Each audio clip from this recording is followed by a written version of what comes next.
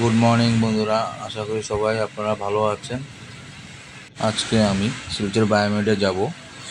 অনেক দিন ধরে আমার পেটের ডাইন সাইডে খুব পেইন করছে আর কি, তাই ডাক্তার আমাকে সোনোগ্রাফি দিচ্ছে। তাই এখন আমি বায়োমেডে যাওয়ার উদ্দেশ্যে রওনা দিলাম। একটা কথা বলতে ভুলে গেছি, তখন সকাল 8টা বাজে।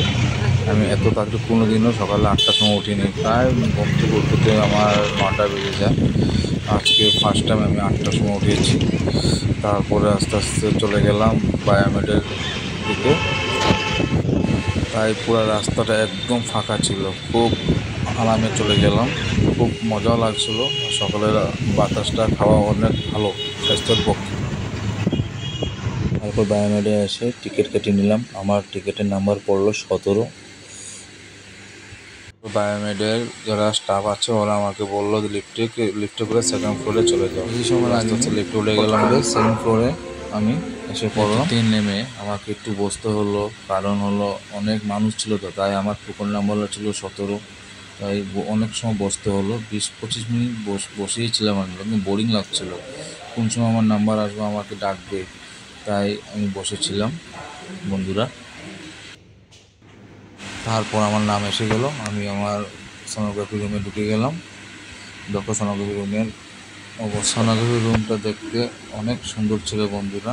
তারপর বন্ধুরা আমার সোনোগ্রাফি কমপ্লিট হয়ে গেছে। তারপর আমি আস্তে আস্তে লিফটে উঠে গেলাম। আমাদের স্টাফকে আমি জিজ্ঞেস করলাম যে কয়টার সময় রিপোর্টটা দিবে। ওরা বললো 11টা বা 11:30টার সময় আসার জন্য। তারপরে আস্তে আস্তে আমি গ্রাউন্ড ফ্লোর নিচের দিকে আসলাম। তারপরে আস্তে আস্তে চলে গেলাম সুচিত্রা নার্সিংহোমের দিকে।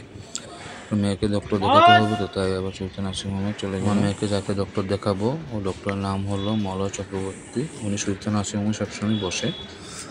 আমার মেয়ে জন্ম হওয়ার পর থেকে আমি ওনাকে দেখাচ্ছি, অনেক উপকার হয়েছে আমাদের, তাই ওনার কাছে নিয়ে আসি সবসময়। সুচিত্রা নার্সিংহোমে ঢোকার দৃশ্যটা খুব সুন্দর।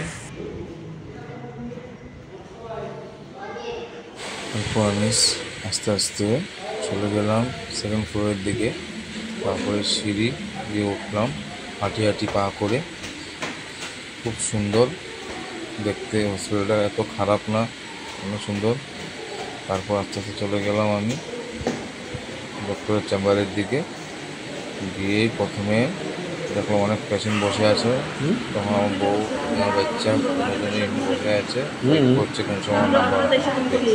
আমাদের নাম্বার ছিল 3 নম্বর। অনেক সময় ওয়েট করতে হয় আমাদের নাম্বার 3 নম্বর ছিল। স্যার আসতে অনেক লেট করছে, তাই আমি একটু এর মধ্যে একটু ব্লগিং টোগিং করে নিলাম। বউ, আমার দিকে বেবি, আমার মেয়ে বসেছিল। ওকে বলছে হাই বলার জন্য, হাই একবারে বলেনি, আমার ওয়াইফ বলেছে হাই বলেছে। তারপর আস্তে আস্তে স্যার এসে গেলে আমরা ডক্টর দেখে নিয়ে নিলাম। বাড়ির উদ্দেশ্যে রান্না হয়ে গেলাম। আর প্রচণ্ড গরম শিলচরে, বৌদ্ধপুর থেকেও বেশি শিলচরের গরম। বৌদ্ধপুর বোঝা যায় বহুত কম। আমার মেয়ে তো অনেক খুশি, ঘুরতে পেরেছে অনেক দিন পরে। ঘুরতে তো বাইরে না, ঘরে তো একাই থাকতে হয়, ওকে মা বাবার সাথে খেলাধুলা করে। তারপর আমরা ঘুরতে উঠে গেলাম আস্তে আস্তে বাড়ির উদ্দেশ্যে। আমার মেয়েকে বললাম পাপা হাই বলে দাও। একবার হাই তো বলিনি, দূরের কথা, মুখ সরাইনি। আসলে মেয়ে তো অনেক ছোটো, তাই এত বুঝে না।